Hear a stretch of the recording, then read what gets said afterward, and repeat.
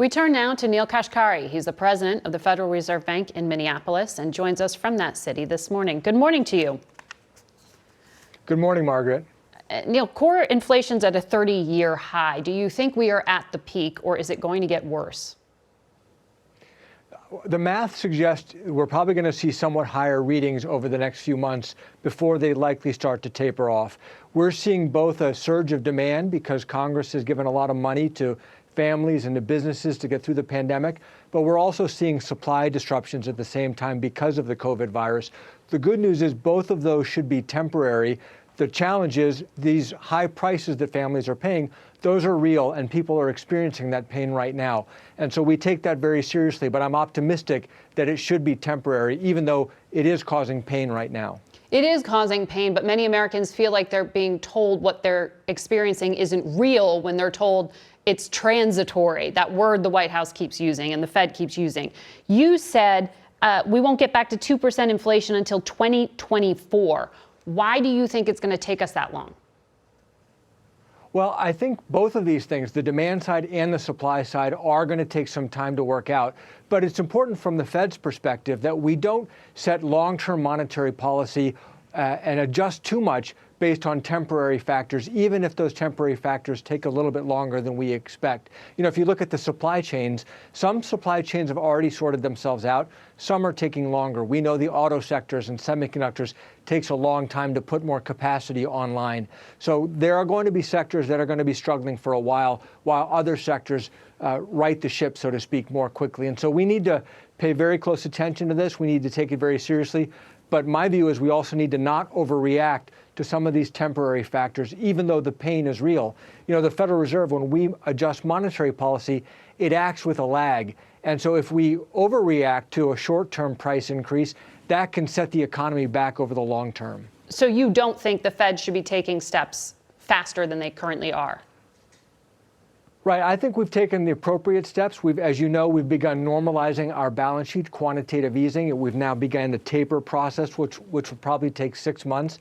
That's the first step in reducing monetary policy boost that we're providing the economy. And over the next 3, 6, 9 months, I think we're going to get a lot more data on both the demand side and the supply side to get a better reading of where the economy is headed. You're talking about the emergency bond purchases that had been done throughout the course of the pandemic there, and some of the emergency measures. I want to ask you about what the administration is saying it's doing, and that is pumping in trillions of dollars in these rescue packages. Is the risk worth it? Because most economists do expect some inflation from it. Well, I think Congress and the executive branch, both President Trump and under President Biden, were very aggressive in supporting families and businesses through the pandemic, and that was the right thing to do. You know, the recovery is much stronger than it was, say, after the 2008 financial crisis. That's in part because the fiscal authorities and the monetary authorities were so aggressive. I think the question is, what does Congress and the executive branch do going forward? What they've done so far is temporary in nature. The question is, are there long-term new spending programs, and are they paid for or not? Right. Whether or not they are paid for is going to have an impact on inflation. Right. So it's actually too soon to say it won't add or have an impact. COVID. We heard your state and your region highlighted by Dr. Gottlieb as an area where infections are climbing right now. Does this latest wave have a big impact in the recovery that you see right now underway? It absolutely will. Right now, we are about 4 or 5 million jobs and workers short of where we should be had there been no pandemic. You know, 6 months ago when I was on your show with you, I focused on schools that were shut, enhanced unemployment benefits, and fear of the virus.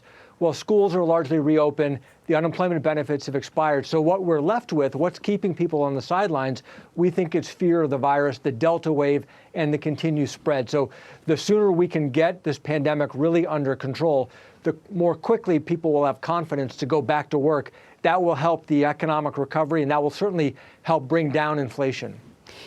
And what about the child care and other packages that are built into what the president is trying to push through? I know you've been looking at the impact on women dropping out of the workforce.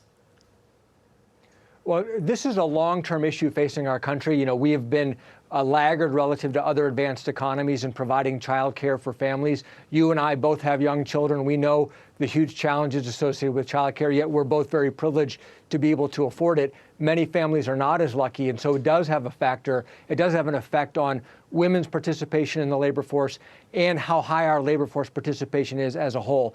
These challenges have been exacerbated in the pandemic, and so I think long-term, this is an important economic growth issue and competitiveness issue for the country.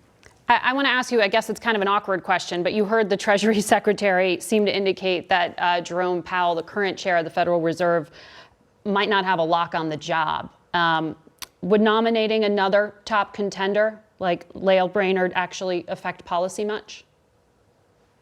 Well, I think both Chair Powell and Governor Brainerd are outstanding, very seasoned, experienced monetary policymakers. And I think if either of them got the nod from President Biden, I think we would be in very good, capable hands. I've worked with both of them. I think they're both outstanding. And so I think the president has very good choices ahead of him.